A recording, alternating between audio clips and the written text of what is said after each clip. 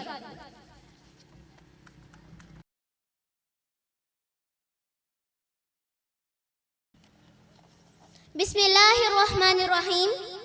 Rabbi shrah li sadri wa yassir li amri wahlul uqdatan min lisani yafqahu qawli. Muhtaram samain karam, assalamu alaikum wa rahmatullahi wa barakatuh. मेरी आज की गुफ्तगू का उन्वान शुक्र गुजारी है. Respected audience, I need your attention. Please मुझे आपकी तवज्जो चाहिए. शुरू करने से पहले मैं कहूँगी कि आपने मेरी बात को अच्छे से समझना है और मैं फुल कोशिश करूँगी कि आपको अच्छे से समझा सकूँ. So let's start. Do you know what is gratitude? Our gratitude convert in hope, and hope convert into satisfaction, and satisfaction convert into confidence, and confidence convert into success. यानी शुक्रगुजारी हमें उम्मीद की तरफ ले जाती है और यही उम्मीद हमारे अंदर इत्मीनान पैदा करती है. इत्मीनान हमें एतमाद दिलाता है और एतमाद हमें कामयाबी की तरफ ले जाता है. तो ये है हमारा शुक्रगुजारी से कामयाबी तक का सफ़र. शुक्रगुजारी का मुतज़ाद क्या है, किसी को पता है? अगर हमारे अंदर शुक्रगुजारी नहीं होगी तो क्या होगा? यकीनन नाशुक्री होगी, शिकवे होंगे, शिकायत होंगी, और यही शिकवे शिकायत हमें नाउम्मीदी की तरफ ले जाते हैं. नाउम्मीदी मायूसी की तरफ, मायूसी कुफ्र की तरफ और कुफ्र नाकामी की तरफ. तो ये है हमारा नाशुक्री से नाकामी तक का सफ़र. अब देख लें, समझ लें, सोच लें, ये दोनों सफ़र बहुत आसान है, बहुत ज़्यादा आसान है. ये आप पे डिपेंड करता है कि आप शुक्रगुजारी से कामयाबी तक का सफ़र चुनें या नाशुक्री से नाकामी तक का सफ़र चुनें. फैसला आपके हाथ में है. कोई मुझे बताएगा कि हम किसी का शुक्र कब और क्यों अदा करते हैं? जब हमारे लिए कोई कुछ करता है, कोई काम करता है, कोई छोटा सा भी काम करता है, तो हम उसे फ़ौरन थैंक्स बोलते हैं, यानी उसका शुक्रिया अदा करते हैं. तो हमने कभी सोचा है कि हमारे रब ने हमारे लिए क्या कुछ नहीं किया? क्या हमने कभी उसका शुक्र अदा किया है?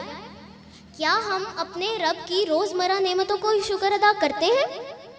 अगर हम अपने वजूद को ही देख लें, अगर हमारा एक भी उज़्व ना होता तो हम क्या करते? क्या हम अपने रब का शुक्र अदा करते हैं? सूरतुर रहमान में इरशाद होता है, फ़बिअय्यि आलाइ रब्बिकुमा तुकज़्ज़िबान.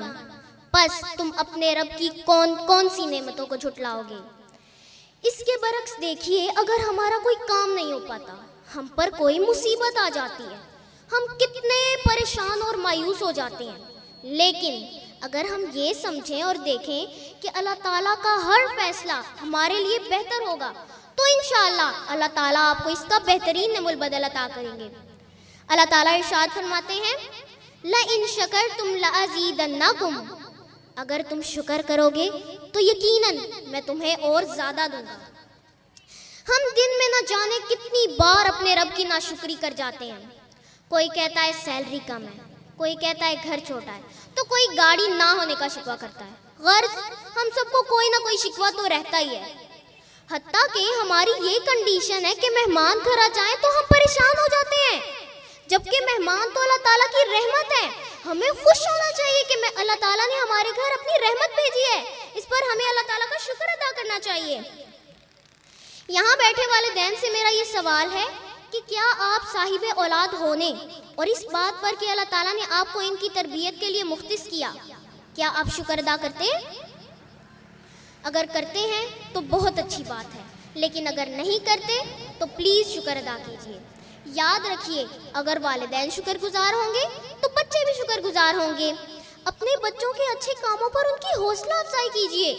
इवन अगर आपका बच्चा आपके लिए कोई छोटा सा काम भी करता है तो उसका शुक्रिया अदा करें, तो इंशाअल्लाह आपकी औलाद भी आपकी फरमाबरदार होगी. हमें चाहिए कि अल्लाह ताला ने हम पर जो भी जिम्मेदारी आयत की है, हम उसे खुश असलूबी से अदा करें और अल्लाह ताला का शुक्र अदा करें कि अल्लाह ताला ने हमें इस काबिल बनाया है.